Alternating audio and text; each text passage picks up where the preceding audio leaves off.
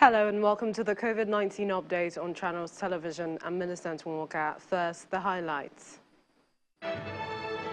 National Primary Healthcare Development Agency receives 2.5 million doses of Pfizer COVID-19 vaccines from the United States. Jigawa State government says 5% of its eligible population has been fully vaccinated against COVID-19.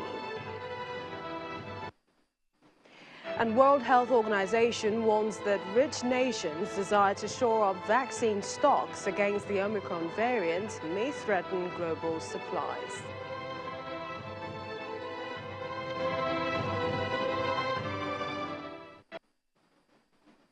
Thank you for joining us. According to the Nigeria Center for Disease Control, NCDC, COVID-19 patients under home-based care must monitor their symptoms, especially temperature and breathing. While the agency reported 268 new cases of infections last night, it is asking Nigerians to continue to take responsibility by reporting to their state if you experience a new or returning fever, worsening shortness of breath and chest pain. Well, here's more on the latest figures on the COVID-19 update. 268 additional persons in Nigeria have tested positive for COVID-19 in the last 24 hours. According to the Nigeria Center for Disease Control, the latest figures were reported from 10 states, indicating an increase from the figures reported earlier. Lagos logged the highest infections with 225 cases, followed by Rivers with 17, while Enugu registered 10 cases. Other states include Edo with 5 cases. 3 cases were logged in Bauchi and Ogun. Oyo had 2, while Kaduna, Bayelsa, and Delta states registered 1 case each. The new tally has increased the total confirmed cases in Nigeria to 215,164. The report also includes a backlog of cases and recoveries and 0 cases from Ondo, Osun, and Sokoto states. 25 patients have been discharged in the last 24 hours, increasing the total number of recoveries to 207,520. There were no additional deaths resulting from COVID-19 complications in the last 24 hours, leaving the fatality toll at 2,980. Currently, there are over 4,000 active cases in Nigeria, while over 3.6 million samples have been tested so far. More than 7.3 million eligible Nigerians targeted for COVID-19 vaccination have received their first dose, while over 3.8 million persons have been fully vaccinated. In Africa, there are more than 8.7 million confirmed cases and over 224,000 deaths recorded across countries on the continent. The total global confirmed cases have surpassed 267 million, while deaths are beyond 5.2 million. In the meantime, the federal government continues to make further clarifications on the circumstances surrounding the expiration of over 1 million doses of AstraZeneca vaccines, insisting that it will not have any negative impact on the ongoing mass vaccination exercise. The executive director of the National Primary Healthcare Development Agency told journalists in Abuja that majority of the vaccines donated to Nigeria have short shelf life, owing to the fact that the vaccines were ordered by developed countries. Dr. Faisal spoke at the flagging off ceremony for COVID-19 mass vaccination for rural communities and internally displaced persons camp in Abuja, where he notes that the expired vaccines will not affect the ongoing exercise. In the meantime, the United States has donated 2.5 million Pfizer vaccine doses to Nigeria. The National Primary Healthcare Development Agency received the vaccines in Abuja and is taking it into cold storage in preparation for onward distribution to over 3,000 health facilities across all 36 states and the FCT. According to the agency, over the next several weeks, the vaccines will be available at major markets, shopping malls, event centers, motor parks, airports, places of employment, and religious institutions. as part of Nigeria's mass vaccination campaign. To date, the United States has donated more than 13.5 million doses of COVID-19 vaccine in partnership with COVAX or bilaterally to Nigeria. Additionally, they have also provided more than $119 million in COVID-19 related health assistance, as it is also leveraging the PEPFAR-supported National Integrated Specimen Referral Network and laboratory investments to support the expansion of the NCDC molecular laboratory network nationwide. And about 5% of the total eligible population of Jigawa State are fully vaccinated. This is according to the Director, Primary Healthcare, Jigawa State's Ministry of Health, Dr. Shehu Sambo, who spoke to Channels Television. He said the state is now among the top 10 performers in the nation when it comes to the COVID-19 vaccine. Currently, as we speak, Jigawa is number 6. In terms of coronavirus vaccination in Nigeria. We are about 5% of our eligible population are now vaccinated. Our health education and promotion unit of the Primary Healthcare Development Agency is tirelessly working on that enlightenment so that more persons can come forward to receive their vaccinations. For us to stop having new variants of coronavirus emerging is that we need to get vaccinated, because the more we allow people to go without vaccination, the more room for the virus to develop mutations.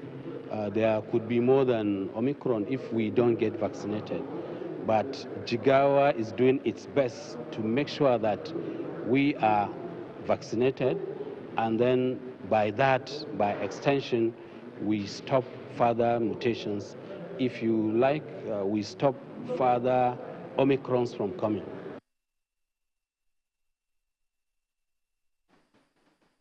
And from Jigawa to Rivers State, where the University of Port Harcourt Teaching Hospital has been giving further clarification on how its management utilized the 950 million naira COVID-19 intervention funds released by the federal government. This clarification comes after the Minister of State for Budget and National Planning visited the hospital over the weekend and threatened to petition the anti-graft agencies because the facilities at the holding and treatment centers did not meet the standards set by the federal government. It started with this unscheduled visit by the Minister of State for Budget and National Planning to the University of Port Harcourt Teaching Hospital. He's here to inspect the facilities for the prevention and treatment of COVID-19, for which the sum of 950 million naira was released by the federal government. As he walks from unit to unit, the structure and the equipment on ground appear not to meet his expectations, and the minister does not mince words in expressing his feelings. Honestly, from what I see, first I will send the Auditor General. You understand? We need to see detailed BEME, Bill of Engineering Measurements. We need to look at the list you provided for us, the things you were going to buy. We'll review them. If it needs bringing in ICPC or AFCC, we'll do so. Because I'm seriously disappointed with what I've seen. I don't see any of our money spent here. There's no intervention here at all. It's totally different from what I've seen in other places. Upon his return from the official engagement, the Chief Medical Director of the UPTH is at the hospital's boardroom to give further clarification on the management of the 950 million naira. Since government intervened, if you go to our ICU now, it's a standard place where you can manage all sorts of things because of the infusion of these funds that government brought. Our ICU is well equipped, new ICU beds, CPAP machine, ventilators, monitors, and the other equipment for investigation and all that. They're all there in ICU. Even ECG machines, we bought ECG machines, and some of them are internal medicine department. They are using them presently from that fund. To justify his explanations, Professor Ogboma, assisted by some department heads, takes Channels Television on yet another tour of the facilities, but this time granting access to the storerooms and other restricted areas. He says while the management of the University of Port Harcourt Teaching Hospital is open for investigation, his team will continue to strategize on how to handle the new variant of the COVID-19 virus. The day he came, obviously the beds were not there. None of this equipment was there, so he was not happy. He thought we are not ready. The people to brief him that we are decontaminating the place was not around, or somehow he was so angry he didn't even listen. As expectations are high for the crushing of the COVID-19 pandemic, so also are the expectations that the funds should be managed properly. Well, scientists and DVC research at the Sefago Magatho Health Sciences University, South Africa, Professor Leko Ayo Yusuf, joins us on the program now. Thank you, Professor, for joining us on the program. Thank you for having me. So quite a lot is happening now, especially with Omicron around the world, especially also in South Africa. First, what can you tell us about why the numbers appear to really be skyrocketing, and what efforts in terms of what the government is doing to keep the numbers under control? Yeah, the virus itself is one of the factors, the fact that is quite transmissible. It has high transmissibility, as you noted earlier on. And I think a lot of people are having the prevention fatigue. That is, after such a long time of not seeing the virus, everybody probably thought the virus was gone. And we also have a significant number of people who are already vaccinated. And I think the mix of all of this could have changed behavior. So complacency is definitely one of the drivers. Furthermore, we do have a lot of people who have not still vaccinated, particularly the younger age group. And they tend to have been the ones that were infected at this time. But the good news is that it's a mild variant. So in terms of what government is doing is to ramp up the message that the coronavirus is still with us, and we need to focus on those non-pharmacological interventions. That is, always put on your mask, even if you're vaccinated. Make sure you wash your hands or sanitize, and of course, keep physical distance. All right, Professor Ayo Yusuf. Importantly, you need to vaccinate. So the President, Cyril Ramaphosa, was due to meet with senior officials in charge of the COVID-19 response this week. Do you know whether he will decide to tighten low-level lockdown restrictions or not? Well, I'm hoping it doesn't. It's a very delicate balance between saving lives and livelihood. As you probably know, the South African economy has taken a dip in terms of depression. So a recession. So he has to balance, I'm happy I'm not in his shoes, to balance between, the delicate balance of saving lives and livelihood. But the key consideration that we've been using in South Africa is what they call the risk adjustment levels. The risk of infection and compared to the readiness of the health system to take on any complication. So you lock down or you increase that level. For example, if the infections are high and your system is not ready to cope, then you obviously need to lock down. So you take it up to level 5. The situation we have with Omicron is that while the infection risk is high, because it's not associated with a lot of admissions or death, it means that the system is pretty able to cope. And therefore, I do not see a reason for a high level of lockdown. If anything at all, to limit the spread of infection is to ramp up the message that we need to vaccinate and we need to continue to wear a mask. So maybe if I were to guess, it might take us to level 2 with some restriction of movement, but it's not going to be level 5. There's no reason to do that. But will your response... Go ahead. There's no scientific reason to do a hard lockdown. level 5. But will your response be the same, seeing as South African health regulator has also approved a third booster shot, that is, of the Pfizer COVID-19 vaccine for adults and children over age 12? I mean, looking at the measures and then also this new variant. Yes, there's an early report that suggests that a booster shot does reduce your risk of an infection. So as part of the total response, is to ramp up booster shots, particularly again, and I think the focus should remain not so much, I know this could be controversial, not so much about preventing infection, but preventing severe infections and preventing hospitalization and death. Like I said, at the end of the day, COVID would become like your common flu. You would have flu, and people have always been having flu, but it's not enough to get you into hospital and put pressure on the health system. So the focus should always be about getting people vaccinated to prevent severe diseases and hospitalization and death. And therefore, we would focus on more vulnerable people in the community, that is the older people. I'm talking about any booster shot. It should be for the older and vulnerable group. That's people older than 50 or with comorbidity. We appreciate your time, scientist and researcher, Professor Lekon Ayo Yusuf. Many thanks. It was a pleasure joining us on the program. You're welcome. And the World Health Organization is again warning against hoarding COVID-19 vaccines for booster shots as they try to fight. Now, many Western nations have been rolling out boosters targeting the elderly and people with underlying health issues. But worries about the fast-spreading Omicron have prompted some to expand their programs. Here's more on this on the Global Update.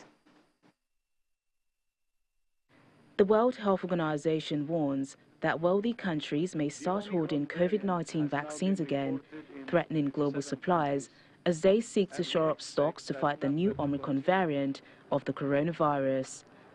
The comments come as supplies to an international dose-sharing program run by the WHO and vaccine charity Gavi have increased in the past few months due to donations from wealthy countries and after India eased limits on exports of vaccines. Meanwhile, the head of the Africa Centers for Disease Control, Dr. John Nkengasong, has denounced recent comments from the Serum Institute of India that uptake of its COVID-19 shots had slowed because of low demand from Africa and vaccine hesitancy, saying the real problem was that Serum had acted unprofessionally. The problem with Serum and India and COVAX and Africa is one that is very unfortunate. And I have to say it very clearly. Harvard, under the leadership of Mr. Strive Masiwa, was the first to engage with Serum last year to try to agree and sign a contract with. If you recall, on this platform, I did brief at some point that we're very close to signing an agreement with Serum. And Serum just decided to act in a very unprofessional manner and stop communicating with Harvard team. So that created a situation where we found ourselves extremely unhappy with that situation and then engaged with Johnson & Johnson. Dr. Nkengasong also says African governments will not have a choice but to resort to COVID-19 vaccine mandates if their citizens do not hurry to get the increasingly available doses. In other development, officials say South Africa, where the Omicron coronavirus variant is driving a fourth wave of COVID-19, has seen a 255% increase in infections in the past 7 days, but only 6% of intensive care beds are occupied by COVID-19 patients. Over the past 7 days that we are seeing definitely a kind of major increase in the number of cases, almost a 255% of increase during the past 7 days in terms of the number of cases. And in terms of admissions in both public and also private hospitals, we are seeing also an increase in number of cases. And this is about almost 12% of increase when we look at the past 24 hours, that was as of yesterday. So definitely we are having more cases and also more people who have been admitted. And finally, The EU's drug regulator says it could make sense to administer COVID-19 vaccine boosters as early as 3 months after the initial 2 doses. While the current recommendation is to administer booster preferably after 6 months, the data currently available support safe and effective administration of a booster as early as 3 months from completion of the primary vaccination, should such a short interval be desirable from a public health perspective. The European Medicines Agency's head of vaccine strategy says the public health perspective of member states would play into such a decision. And we understand that Professor Christian Happy has since joined us, Professor of Molecular Biology and Genomics, Department of Biological Sciences, Redeemers University. Professor, you appear to be on your way, but thank you for joining us, and I hope you can hear me now. Yes, I can hear you. All right, great. Thanks, Professor, for joining us again. Tell us what's happening genomically. I mean, were you surprised when, you know, the Omicron variant appeared from nowhere, and you can see how countries are reacting? It came as no surprise. We have been singing this song, and we've been telling the world that we need to get vaccinated. We need to get the whole world vaccinated. And we said it before, as late as last year, that as long as, you know, everybody in the world is not vaccinated, as long as we keep pockets and areas in the world unvaccinated, transmission will continue, and it is when there is transmission that there is a possibility for a new variant to appear. And as we have Omicron, we're probably fortunate that we are not seeing cases of severe disease, but we have to be very careful. We need to accelerate vaccination, because if there is no acceleration of vaccination, if we don't have a wide coverage, there is a possibility and a potential out there that we can have a variant that can emerge that will undermine all of the vaccine that we have now. So those that are holding vaccines that are thinking that they are doing good for themselves, they are really not out of the wood yet, because, you know, these viruses move along with people. They don't need passport or visa to enter your countries. They come in with people. And as such, it's very important that we actually make vaccines available to the developing countries. We should, ourselves, you know, as much as possible, pass the message and encourage people to actually take vaccine, because vaccine hesitancy is also a challenge. We should try as much as possible to get the largest number of people vaccinated to prevent the occurrence of future variants. You talked about the importance of vaccination, but when you hear stories like what we heard in recent days about about 1 million vaccines that have expired, what does that, I mean, how do you react to that? The reaction is that, you know, we should be guided by science and not social media.